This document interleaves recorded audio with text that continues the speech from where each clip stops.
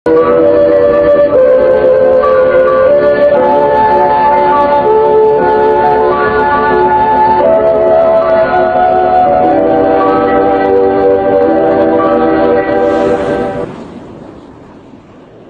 gali lubang tutup lubang antara Jokam dan mantan Jokam di Klaten, Jawa Tengah.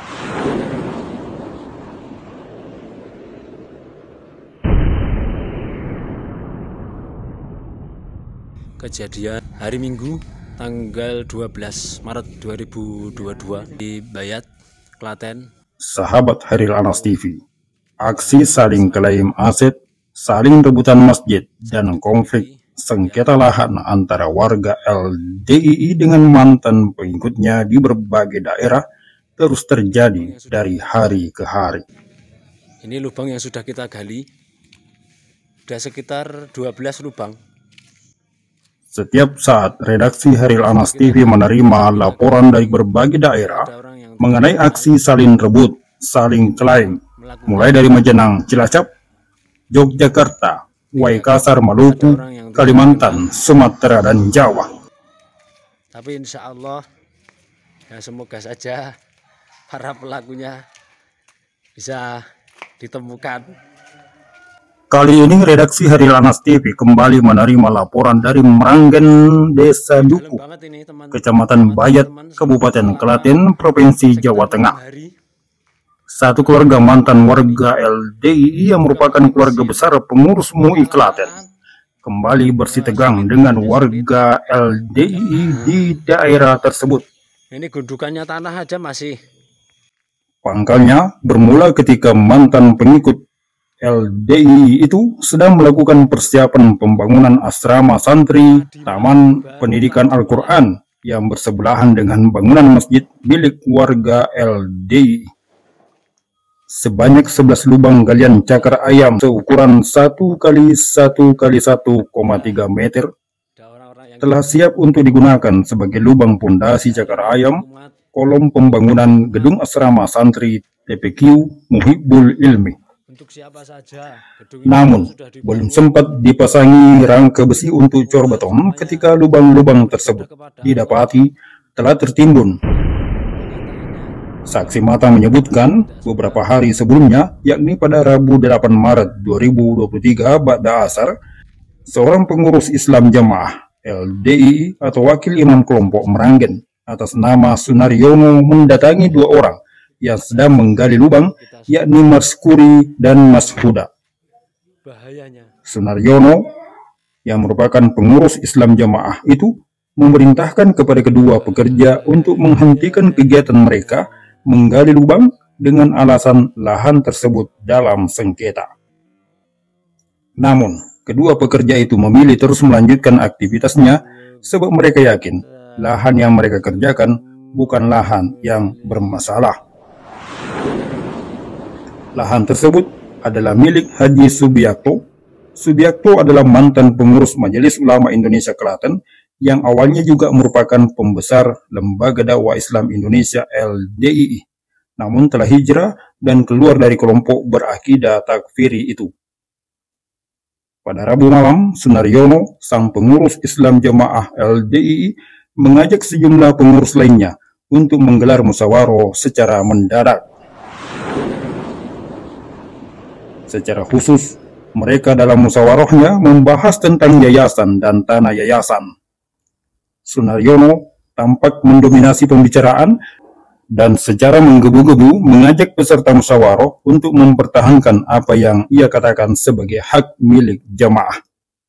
Sementara itu, para pekerja bangunan memilih tetap meneruskan penggalian lubang pondasi yang tersisa, yang akhirnya pada Ahad 12 Maret 2023 setelah subuh, pihak pengelola TPQ Muhibbul Ilmi, yakni pemilik lubang pondasi, terkejut menemukan lubang-lubang pondasi yang mereka telah siapkan kembali tertimbun tanah bekas galian. 11 lubang pondasi itu semuanya tertimbun tanpa kecuali dan tanpa pemberitahuan terlebih dahulu kepada si pemilik lahan sebagai pemilik proyek pembangunan Taman Pendidikan Al-Quran itu. Sekitar 12 lubang yang sudah kita gali, berhasil kita gali, tapi ada orang yang tidak dikenal ini melakukan tindakan meratakan tanahnya kembali. Saksi mata dari lokasi kejadian menyebutkan malam sebelumnya terlihat serombongan massa yang diduga adalah jamaah Masjid Baitul Ihsan, yakni masjid milik Islam Jamaah yang dibantu jamaah dari berbagai tempat sedang berkumpul di tempat itu. Rencana pengecoran yang awalnya direncanakan dilaksanakan pada Selasa 14 Maret 2023 besok terpaksa harus ditunda sampai waktu yang belum ditentukan. Sang pemilik lahan Mas Huri yang dihubungi Hairil Anas TV melalui sambungan telepon mengatakan pihaknya akan membiarkan situasi ini sampai proses hukumnya selesai. Padahal sudah jelas itu kemarin waktu diukur sama aparat, sama notaris, sama pihak kelurahan, itu diukur naik ke teras masjid tanah kita. Bahkan sebenarnya dulu teras itu semua miliknya bapak saya. Tapi karena mereka ya ibaratnya mereka kan inginnya dapat banyak. Bapak saya ngalah. Bapak saya ngalah, terasnya boleh dipakai lah. Nah, kita nggak merusak teras itu, meskipun teras itu masih milik bapak saya. Pengelola pembangunan Taman Pendidikan Al-Quran juga terpaksa harus mengembalikan semua material bangunan yang terlanjur telah dipesan, merumahkan semua pekerja, serta harus mengikhlaskan biaya-biaya yang sudah terlanjur dikeluarkan. Oh iya, karena kan mereka awal sebelum ini jauh sebelum pembangunan ini. Kenapa kok kita pembangunan ini kita lakukan? Karena sudah disaksikan oleh orang banyak batas tanahnya. Karena kan mereka dulu mengklaim bahwa tanah itu batasnya tidak di situ. Terus akhirnya dari pihak kelurahan, dari pihak notaris, terus warga juga banyak sekali yang hadir, banyak, hampir satu kelompok semuanya hadir. Terus bapak saya yang sang pemilik tanah itu juga ada di situ, diukur tanahnya oleh notaris, oleh pejabat, ditaruhlah di situ, diukur terus ditaruh di situ. Nah, ukurannya bergeser karena mereka menggeser itu, tapi tidak masalah lah, tidak masalah, kita nggak mempermasalahkan. Yang penting setelah diukur patok tanahnya ada di atas teras, yang meskipun dulu itu teras itu semua milik bapak saya, tapi ternyata setelah mereka menggeser, ada beberapa bangunan yang mereka geser, akhirnya kita dapat terasnya segitu.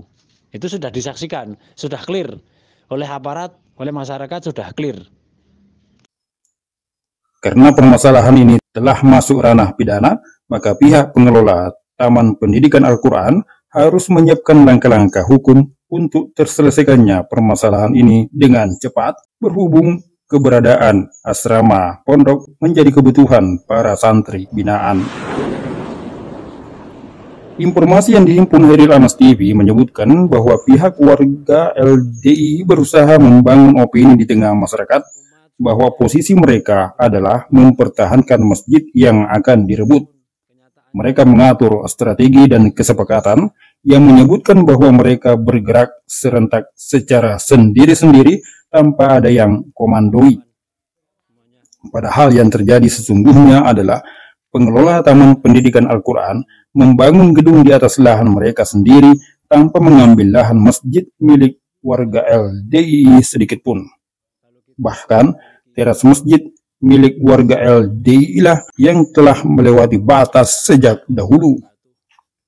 Bahkan pengelola Taman Pendidikan Al-Quran sebagai korban berencana membangun gedung yang berbentuk kolom sehingga bagian bawah gedung tersebut dapat dimanfaatkan oleh warga LDI sebagai lahan parkir. Memang Jokam itu membangun opini bahwa kita itu merusak masjid, merusak bangunan masjid. Opininya seperti itu, padahal kita nggak merusak bangunan masjid. Itu kan cuma yang dipakai untuk sandal aja, masih lantai dasar. Kalau kita meletakkan sandal ya di situlah nanti yang kita yang kita buat Cakarayam. Tapi sepertinya Joka membuat narasi bahwa kita akan merusak masjid, padahal itu pun masih tanah kita. Sesungguhnya, Mas Huri sebagai pengelola Taman Pendidikan Al-Quran yang sekaligus merupakan mantan pengikut Islam Jamaah LDI kepada Hairil Anas TV mengatakan bahwa niatnya bahwa dirinya memiliki niat yang baik, sengaja membangun gedung berbentuk kolom agar bagian bawah bangunan tersebut dapat dimanfaatkan sebagai tempat parkir yang nyaman, aman, dan teduh. Namun, hal itu meskipun sudah disampaikan kepada warga LDI, namun mereka tetap tidak mau tahu dan tidak menerima alasan apapun. Yang mereka inginkan hanya satu, proyek pembangunan gedung asrama Taman Pendidikan Al-Quran milik mantan warga LDI itu harus dihentikan. Mereka pun kemudian membangun opini bahwa mereka mempertahankan lahan masjid yang akan direbut. Padahal sesungguhnya opini itu adalah opini yang menyesatkan. Tidak ada pihak manapun yang akan merebut lahan masjid. Yang terjadi adalah ada sekelompok warga yang ingin membangun pondok pesantren yang kebetulan lokasinya berdampingan dengan masjid milik warga LDI. Dari Kabupaten Klaten, Jawa Tengah, Hairil Anas TV melaporkan.